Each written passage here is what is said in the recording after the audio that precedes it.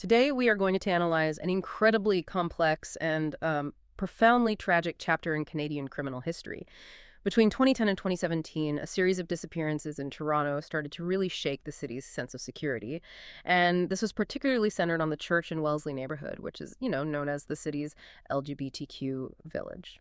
And what started as fear, as rumor, it eventually evolved into an investigation of just staggering scale. I mean, we're looking at the largest criminal investigation ever conducted by the Toronto Police Service, the TPS, and it was all focused on 8 men whose lives were tragically cut short. The grim resolution, as many of you will know, focused on one man, Thomas Donald Bruce McArthur. By all outward appearances, he was just a completely unremarkable 66-year-old self-employed landscaper. His arrest in January 2018 and then his guilty plea to 8 counts of first-degree murder a year later, it brought a painful but, well, unnecessary kind of closure. And we really have to place this in its historical context. The source material makes it clear that McArthur is the most prolific known serial killer to have ever been active in Toronto. And on top of that, he's the oldest known serial killer in Canada. That whole 7-year period, from 2010 to 2017, was just a horrifying time for an already vulnerable community. So our goal here today, using the source material we have, is really threefold. First, we need to understand the criminal investigation itself, which was just massive, unprecedented. Second, we must ensure we honor the memory of the 8 victims. So many of them were marginalized, living hidden lives. And finally, we absolutely have to critically examine the intense controversies around how the missing persons cases were initially handled, which, well, it revealed some deep-seated issues of systemic discrimination. And I think it's really important, we have to start with a note on sensitivity here. Our sources repeatedly highlight that McArthur sought out and exploited highly vulnerable targets. We're talking about men who were immigrants, asylum seekers, or homeless. These were individuals who were often navigating life on the margins, maybe already distrustful of authorities or forced by circumstance to keep their lives hidden. So we're going to commit to focusing solely on the factual findings of the investigation and the systemic issues that it revealed, treating their stories with the respect they are absolutely due. The terrifying pattern didn't start with a bang. It really started with a whisper, didn't it? It was just these individual disappearances that, for years, the police really struggled to connect. The first victim identified in the investigation's final timeline was Skandaraj Skanda Navaratnam. He was a 40-year-old Tamil refugee from Sri Lanka. Navaratnam was last seen in the early hours of September 6, 2010. He was leaving a well-known gay bar in the village called Zippers, and he was a man with few resources, which made him specifically vulnerable because he had no immediate family in Canada to, press for an investigation or file a missing person report quickly. And the court documents later revealed a crucial detail. Navaratnam and McArthur already knew each other. They had ties, both sexual and professional, that went all the way back to 1999. Exactly. So this wasn't an opportunistic killing of a stranger. Yeah. This was a relationship, however tenuous it might have been, that stretched back over a decade. It wasn't a sudden escalation. It was built on pre-existing connections and access. So by November 2012, police were concerned enough about Navaratnam's fate to launch a formal task force. It was called Project Houston. But it's really fascinating and disturbing how that investigation even got started. It had a highly unusual and dark starting point. The initial belief that Navaratnam had been murdered was triggered, in part, by a user post on a really shocking web forum called Zambian Meat.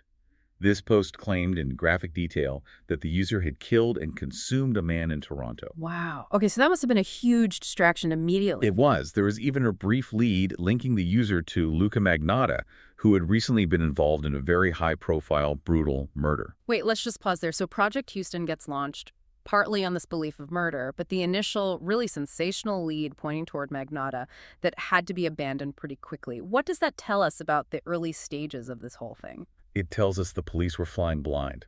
I mean, they were searching for any possible explanation for why these men were just vanishing without a trace. They had this extraordinary online claim, which turned out to be completely spurious in this context, and the only concrete thing they had was a missing man, a man who had just ceased all contact.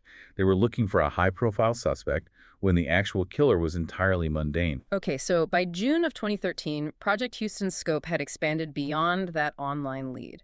And they started to focus on connecting Navaratnam to 2 other middle-aged South Asian immigrants who had also disappeared from the Church and Wellesley area. Right.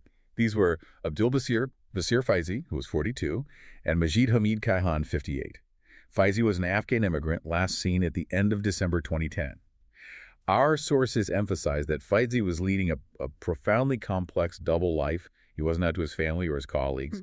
And that double life, that forced secrecy, it provided McArthur with the perfect camouflage. And then there's this. Faizi's car was found abandoned near Mallory Crescent. That's the same property where McArthur stored his landscaping equipment. That proximity is absolutely chilling. So a victim's car is found right where the eventual killer stored his tools. And what about Kaihan? Kaihan, also an Afghan immigrant, was the son of a Muslim cleric and was strictly closeted from his family. He was last seen in October 2012. And he wasn't just an acquaintance. The sources confirm Kaihan actively pursued McArthur romantically. So these three men, Navaratnam, Faizi, and Kaihan, they showed these striking commonalities. Middle-aged, immigrants, frequenting the same area, and often living lives hidden from their wider families. And this convergence, it brings us to what might be the most critical failure point of that early investigation, the failed interview in November 2013.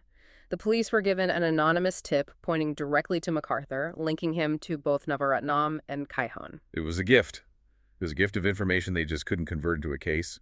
The task force interviewed McArthur, and according to the records, he was seemingly calm, cooperative.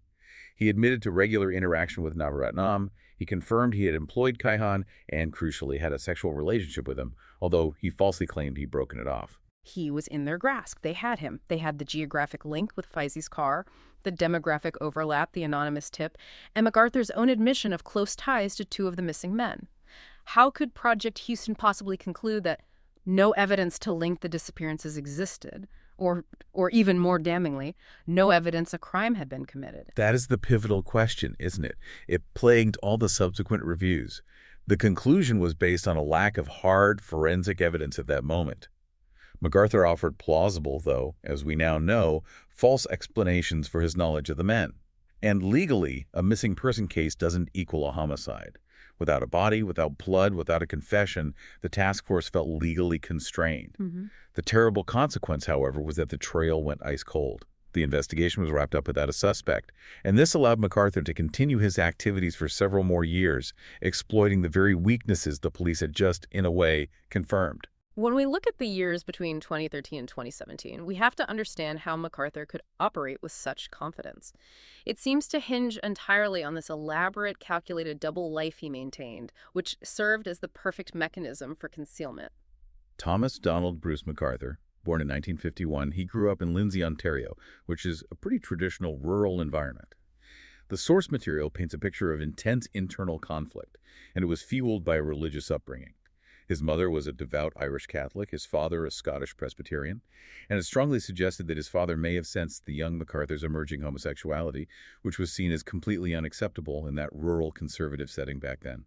And that internal struggle led him to construct a life of rigid suppression. He built this facade of the conventional family man. He married Janice Campbell at 23 in 1974, had 2 children, was active in his church. The sources explicitly state he kept himself consciously busy, a traveling salesman, a family man, specifically to avoid confronting his own feelings. But that rigid structure, it started to crack in the early 1990s when he began having affairs with men. He finally came out to his wife, which led to their separation in 1997, and then his move to Toronto.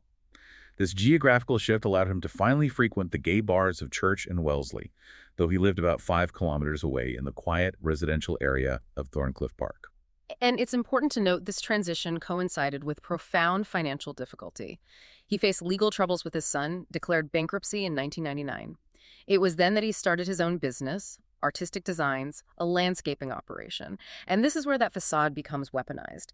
His landscaping job required him to visit multiple properties, establishing relationships with often wealthy, elderly women who trusted him. This innocent professional cover later provided him with perfect, unguarded locations for storage and eventually for disposal. But before the start of the murder spree in 2010, we have this critical precursor event, the 2001 assault. On Halloween night, McArthur followed an actor and model named Mark Henderson into his apartment after being invited in to see a costume. And once he was inside, he attacked Henderson repeatedly from behind with an iron pipe. McArthur turned himself in, claiming a very convenient and highly suspicious memory loss.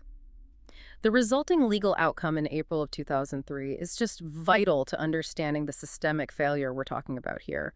He pleaded guilty to assault with a weapon and assault causing bodily harm. The sentence was a conditional sentence of 2 years less a day. For listeners who might not be familiar with Canadian law, receiving 2 years less a day is often a strategic move by defense lawyers to keep their client out of a federal penitentiary. It ensures the sentence is served in the community under strict conditions or in a provincial facility. The fact that he avoided federal jail time was significant. But the conditions themselves were exceptionally restrictive. It suggests the judge saw a high risk. Precisely. He was given 1 year of house arrest, 3 years of probation, and was explicitly barred from the entire church and Wellesley area, the very neighborhood he would later use as his hunting ground. He was also forbidden from possessing amyl nitrite, a muscle relaxant, and compelled to undergo psychological counseling and anger management. A defense lawyer at the time even commented on the record that the sheer length and specificity of those conditions strongly indicated the judge still perceived him as a high danger to the community. So he was flagged as a potential danger to the gay village community back in 2003.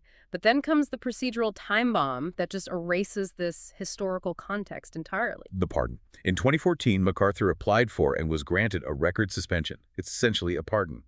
This expunged the 2003 conviction from his criminal record, from criminal background checks. And to make matters worse, most of the police records and exhibits related to that case had already been destroyed by the TPS in 2010, years before the pardon was even granted. They were just complying with their internal retention policy. That is the devastating insight here. The failure wasn't just that he got a pardon. The core systemic issue was that compliance with the standard procedural rule-destroying police files after a set period created this complete vacuum of necessary historical information. If he'd been questioned in 2016 or 2017, his record would have appeared clean.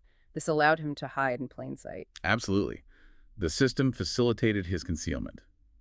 Meanwhile, McArthur was deeply entrenched in the gay online community. He was actively hunting. He was prolific on gay dating and fetish websites, things like Recon, Silver Daddies, Grindr, Growler. His profile on Recon, which he shockingly registered while his 2001 assault case was still pending, openly listed his interest in BDSM and submissive men. He was just weaving his way into the social fabric and at the same time maintaining this quiet life in Thorncliffe Park. He even cataloged his participation in local nightlife on Facebook, often being photographed with younger men, specifically of South Asian or Middle Eastern descent, a clear sign of his targeting strategy. And this polished facade, it would occasionally shatter, giving people these glimpses of the volatility underneath. The sources cite 2 important anecdotes. In 2011, he exploded at an acquaintance named Robert James, screaming profanities after James merely mentioned hearing disturbing stories about McArthur. And the second incident, in 2013, is just as telling. He became enraged at a restaurant owner, A.J. Khan, who just innocently questioned him about his boyfriend being seen the previous day. McArthur reacted violently to any challenge to his carefully constructed narratives. These weren't isolated moments of simple anger. They illustrate a profound lack of emotional control and an ego that violently rejected any suggestion that his carefully constructed reality might be flawed or questioned. This intense volatility was a key sign of the danger hiding behind the mask of the charming landscaper. So the failure of Project Houston in 2013 meant the hunting just continued, completely unchecked. And the community fear, which had been simmering for years, it just boiled over in 2017 with the disappearances of 2 more men, which finally forced police action. The first was Selim Aysen, a 44-year-old Turkish citizen, last seen in March 2017.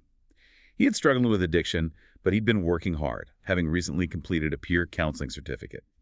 The second man, whose disappearance proved to be the pivotal moment, was Andrew Kinsman, 49. He vanished in June 2017, the day after Toronto Pride. Kinsman's profile was significantly different from many of the earlier victims, wasn't it? He was known as stable, responsible, a very prominent, visible community volunteer. He wasn't navigating asylum or extreme poverty. And crucially, like Navaratnam, he was connected to McArthur. He had a decade-long sexual relationship with him. The community's reaction to Kinsman's disappearance was immediate, and it was vocal. This urgency, combined with the underlying fear from the earlier unsolved cases, led to the launch of Project Prism in late July 2017. This task force was explicitly established to investigate Kinsman and Aysen, but also mandated to actively look for links back to the men from the failed Project Houston. And here we see the technical advantage that Project Prism had compared to Project Houston. The breakthrough didn't come from an anonymous tip. It came from Kinsman's meticulous habits. That's right. Police found the name Bruce noted on Kinsman's personal calendar for June 26th, the day he went missing. Just Bruce. Just Bruce. That was the initial name to chase. The key forensic link came from surveillance video near Kinsman's residence, which showed Kinsman approaching a distinctive vehicle, a red 2004 Dodge Caravan. It's a common vehicle, but police were able to isolate a key physical identifier. The van had specific chrome siding, so police cross-referenced the 6,000 similar vans registered in Toronto with known individuals named Bruce who had ties to the area. McArthur, who lived nearby in Thorncliffe Park, emerged as the only Bruce who owned that specific 2004 model. That detail, the specific year and trim, was the critical physical link they needed. The police were operating on a razor-thin margin here because McArthur, in September 2017, had sold that crucial piece of evidence, the van, to an auto parts shop. Had they waited any longer, that evidence might have been completely destroyed. They tracked it down immediately. The van's new owner confirmed that trace amounts of blood were later found inside. That blood was analyzed and positively identified as Kinsman's. And this was the moment.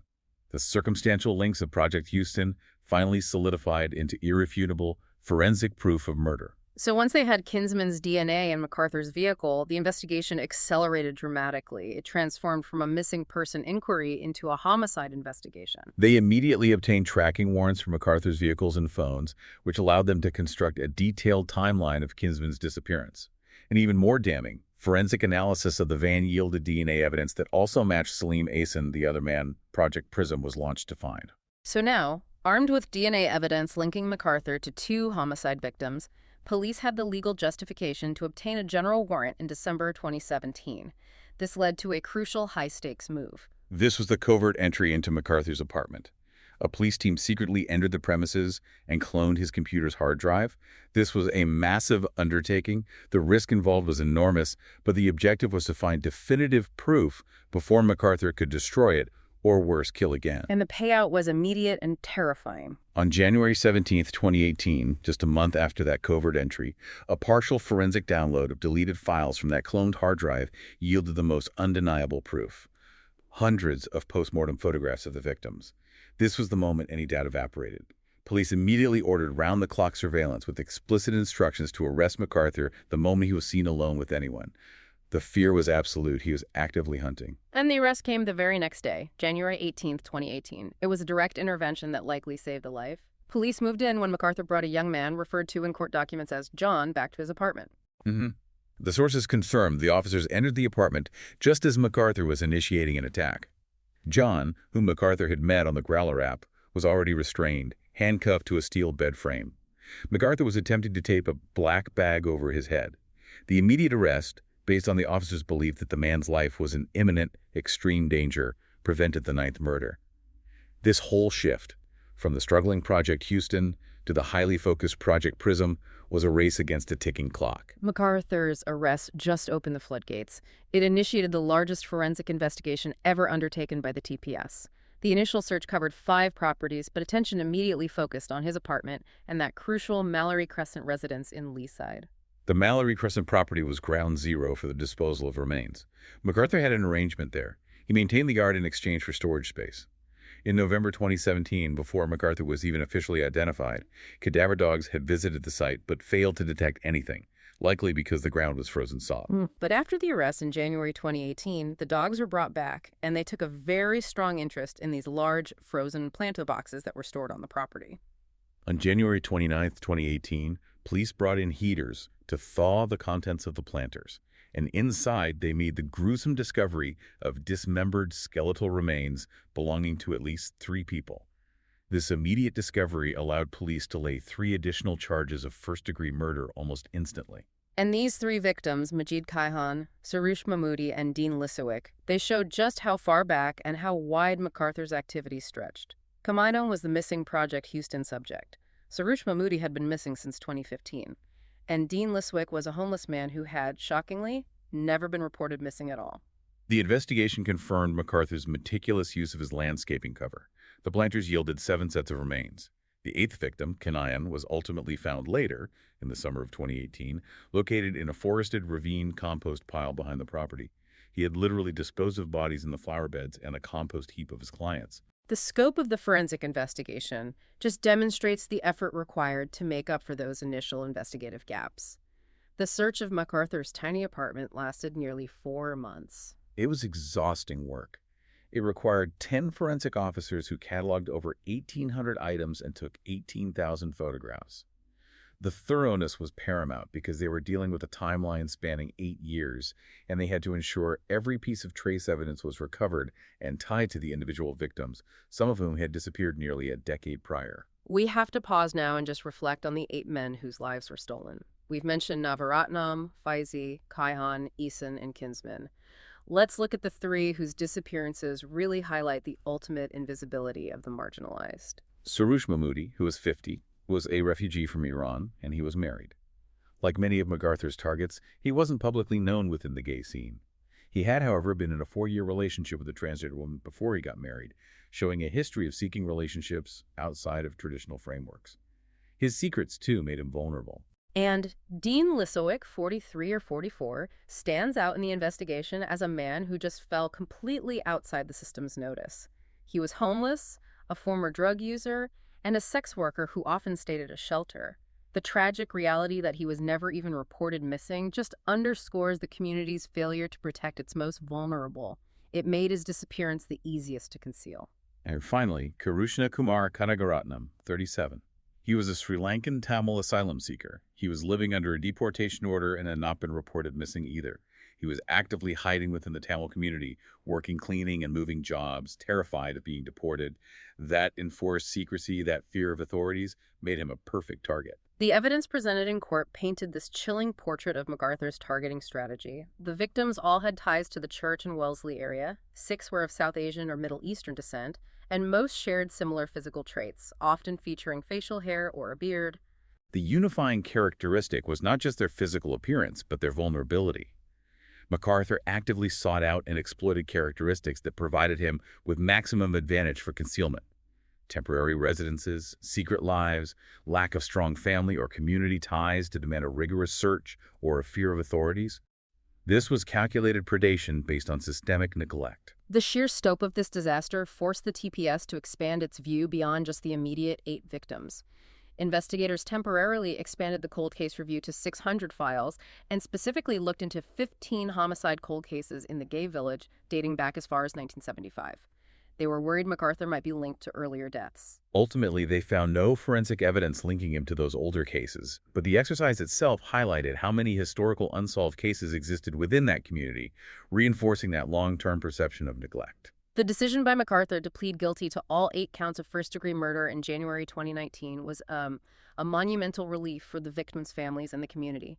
It spared them the grueling process of a long, painful trial. It did. However, the sentencing hearing that followed was crucial, as it was the venue where the court heard the disturbing factual details necessary to understand the premeditation and the extreme depravity of the crimes. The court confirmed that 6 of the murders were sexual in nature and that 5 involved elements of confinement. The sources detail the specific method of killing, ligature strangulation. Yes. The court heard that he sometimes used a specific mechanism, a rope twisted with a metal bar wrapped in tape, which allowed him to control the pressure during the strangulation. This device was later found in his van, and it contained DNA from both Kinsman and Eason, confirming its use. This level of preparation really speaks to the calculated nature of the violence. And what truly illustrates the depth of the methodical planning are the details of his post-defense rituals. These weren't crimes of passion, they were crimes of systematic collection and display. He kept trophies.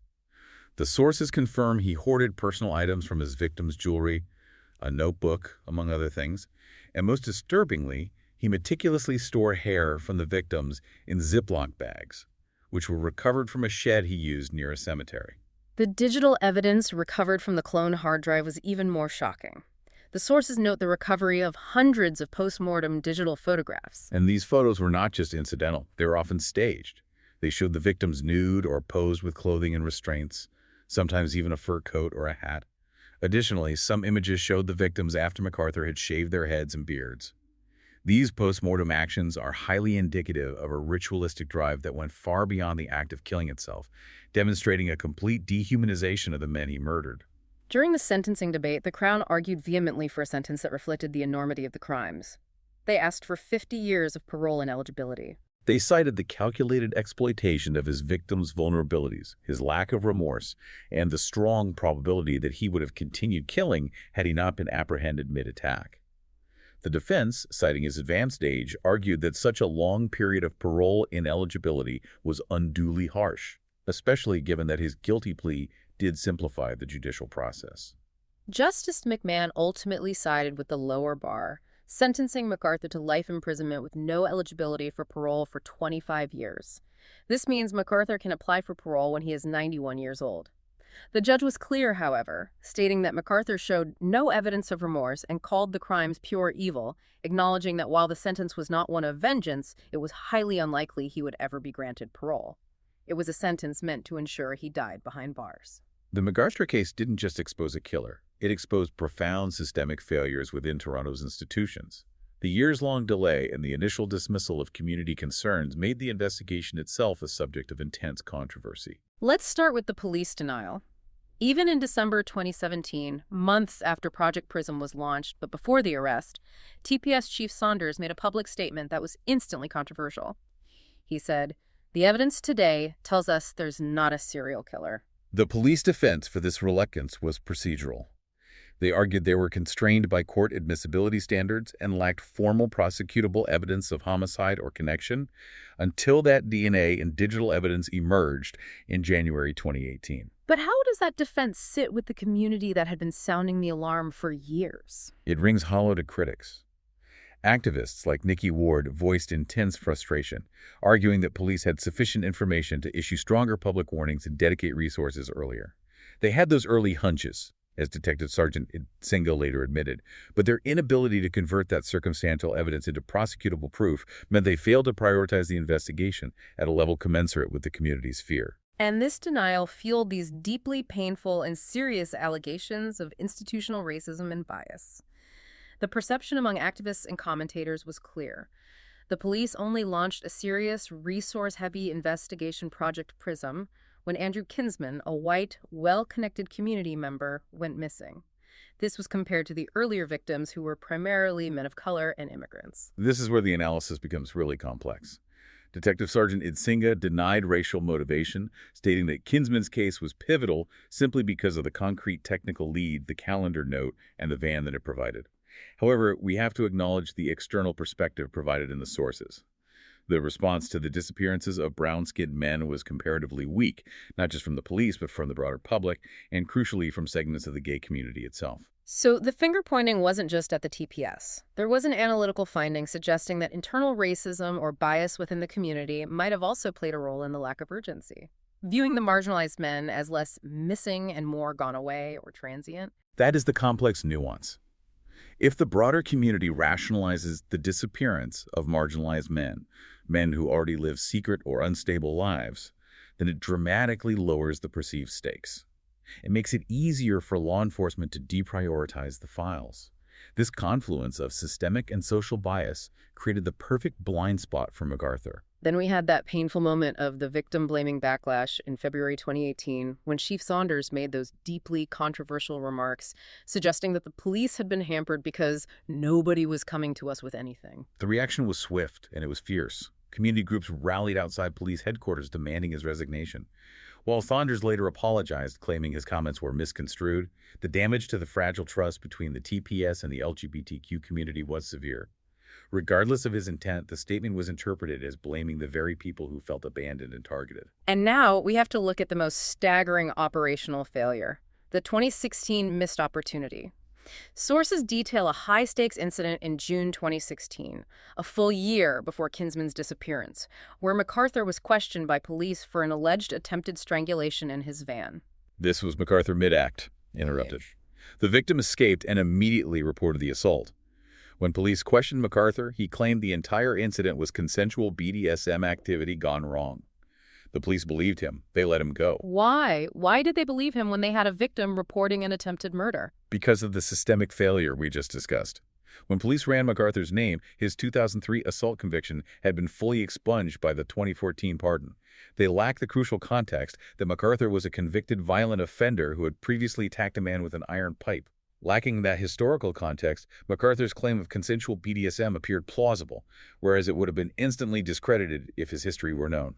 This complete procedural blackout meant that a formal charge of attempted murder was not laid, and a clear pattern of escalation was missed. That failure led to direct internal scrutiny. A Sergeant Paul Gauthier was charged by the Professional Standards Unit with insubordination and neglect of duty. The charge stemmed from allegedly failing to follow proper policy, like videotaping the complainant's statement and getting photographs of the injuries. Gauthier publicly defended himself, claiming he was being made a scapegoat. He argued that the initial reports were available and that the decision to release McArthur was made in consultation with his supervisor.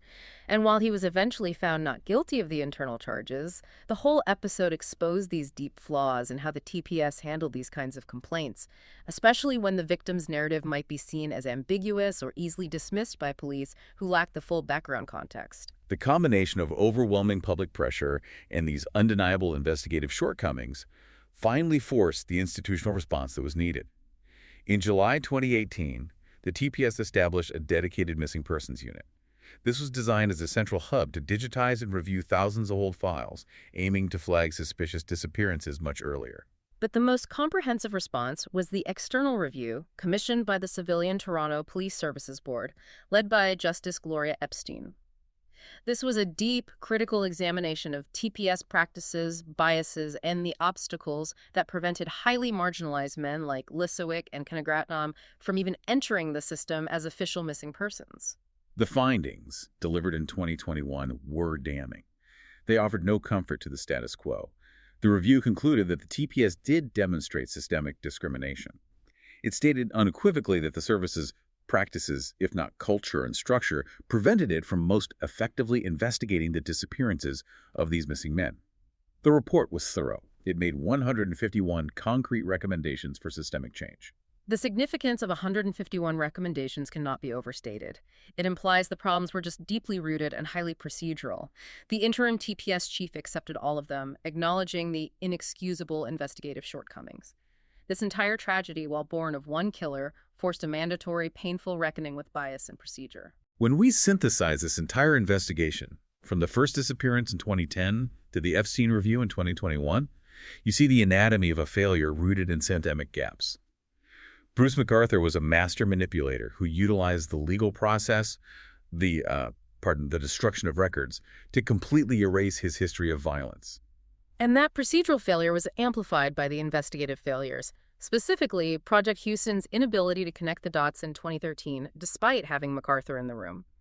The initial lack of investigative priority given to victims based on their race, immigration status, or housing stability allowed McArthur to continue operating for years, exploiting the very factors that rendered his victims invisible to both law enforcement and, in some cases, the wider community. The enduring legacy of the Bruce McArthur case, tragically, is the mandated institutional introspection and systemic change within the TPS. The investigation was ultimately solved through excellent forensic police work in Project Prism, but the subsequent review explicitly confirmed that systemic discrimination had caused the delays that led to the deaths of several men. So the question we are left with as citizens, as listeners, is profoundly challenging. How do we prevent this from happening again? We have the procedural reforms, the new missing persons unit, the official acknowledgement of bias.